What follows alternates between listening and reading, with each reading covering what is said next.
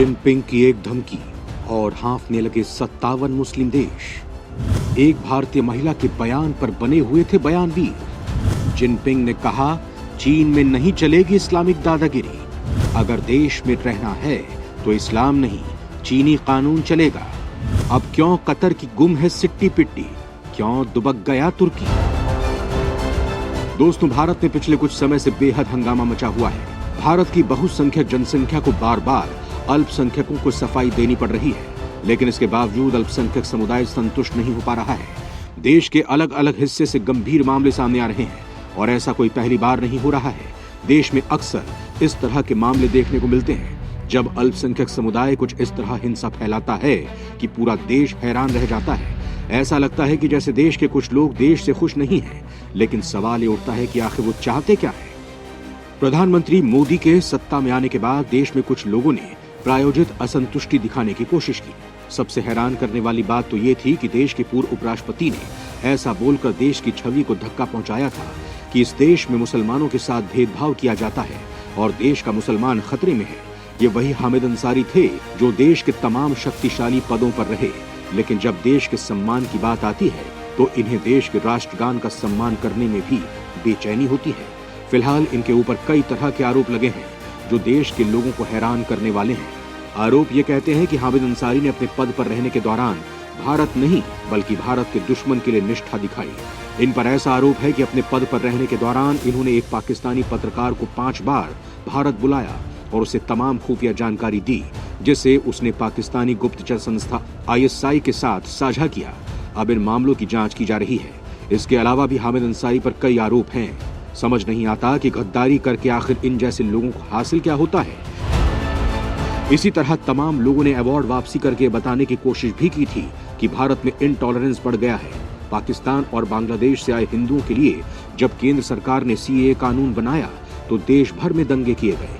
इसी तरह ज्ञानवापी में शिवलिंग मिलने के बाद एक भाजपा प्रवक्ता की टिप्पणी पर इतना बवाल काटा गया कि देशवासियों को ऐसे लोगों की निष्ठा पर शक हो गया। इतना तगड़ा नेटवर्क बनाया किसने?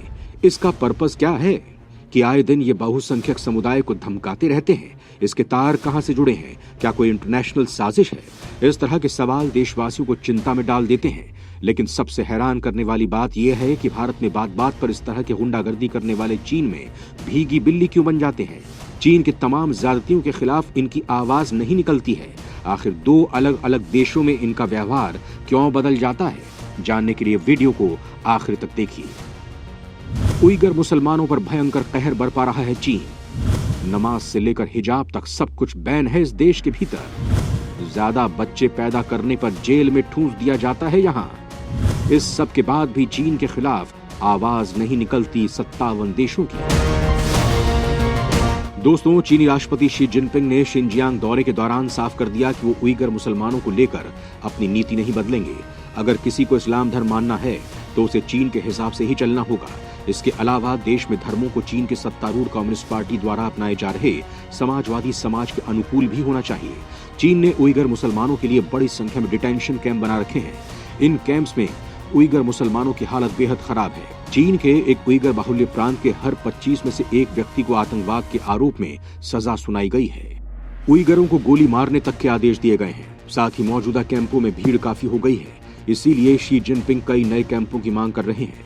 उइगर मुस्लिम महिलाओं को सिर्फ हिजाब पहनने पर डिटेंशन सेंटर में डाल दिया जाता है। किसी मुसलमान को सिर्फ दाढ़ी रखने के आरोप में हिरासत में ले लिया जाता है। किसी को नमाज पढ़ने तो किसी महिला को 3 से ज्यादा बच्चे पैदा करने की वजह से हिरासत में रखा गया है। चीन की कम्युनिस्ट सरकार सिस्टम का इस्तेमाल करके उनकी एक एक हरकत पर नजर रख रही है। उइगर मुसलमान क्या खाते हैं, वो कहाँ जाते हैं, किनसे मिलते हैं, उनके परिवार में कितने लोग हैं, परिवार के लोग क्या काम करते हैं, ऐसी तमाम छोटी छोटी जानकारी चीन की सरकार के पास है। चीन की सरकार का कहना है कि वो शिनजियांग प्रांत में बढ़ते असंतोष और आतंकवाद की घटनाओं पर काबू पाने के लिए और धार्मिक कट्टरता को खत्म करने वाला कार्यक्रम चला रही है। लेकिन ऐसे कार्यक्रम के बहाने उइगर मुसलमानों के साथ नाइंसाफी हो रही है। उन्हें अपनी धार्मिक मान्यताओं और परंपराओं निभाने पर सजा दी जा रही है। किसी को हिजाब पहनने पर हिरासत में ले लिया जा रहा है तो किसी को दाढ़ी रखने के आरोप में डिटेंशन कैंप में डाल दिया जा रहा है। हैरान करने वाली बात तो ये भी है कि खुद को पूरी दुनिया के मुसलमानों का रहनुमा बताने वाला पाकिस्तान चीन का सबसे खास दोस्त है, लेकिन कभी भी चीन के इन अत्याचारों के खिलाफ जुबान नहीं खोलता है वो, जबकि दुनिया में मुसलमानों के लिए सबसे महफूज देश भारत के खिलाफ लगातार साजिश करता रहता है। इससे पाकिस्तान का दोगलापन उजागर हो जाता है।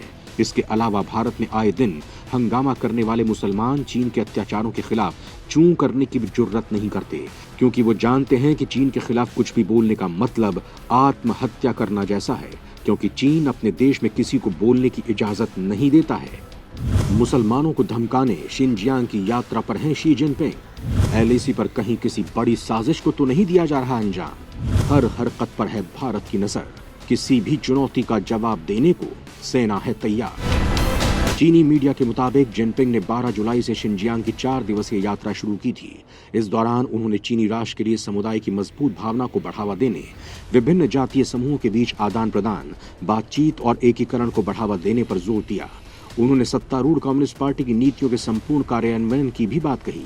साथ ही शिनजियांग में सामाजिक स्थिरता और स्थायी सुरक्षा जैसे व्यापक लक्ष्यों को अहम बताया। राष्ट्रपति ने आगे कहा कि धर्म को मानने वाले लोगों की सामान्य धार्मिक जरूरतों को सुनिश्चित किया जाना चाहिए। अमेरिका का मानना है कि शिनजियांग क्षेत्र में उइगर और अन्य धर्मों के लोगों से बंधुआ मजदूरी करवाई जा रही है। ऐसे में उसने वहां पर बनने वाले सामानों के आयात पर प्रतिबंध लगा दिया है। हालांकि चीन को इससे कोई फर्क नहीं पड़ रहा। चीनी राष्ट्रपति ने वहां पर मध्य एशिया से पूर्वी यूरोप को जोड़ने वाले बंदरगाहों, रेलवे और बिजली स्टेशन के निर्माण का निरीक्षण किया। वहीं चीनी राष्ट्रपति ने शिनजियांग दौरे के दौरान पीएलए सैनिकों से भी मुलाकात की। ये सैनिक लद्दाख में एलएसी के पास तैनात हैं और वहां पर चीन के नापाक मंसूबों का अंजाम दे रहे हैं। हालांकि भारतीय सेना उन्हें कई बार खदेड़ चुकी है। चीन और भारत के बीच जब समझौते की स्थिति बन रही है, ऐसे समय में जिनपिंग का एलएसी पर जाना कई तरह की चिंताओं को जन्म देता है।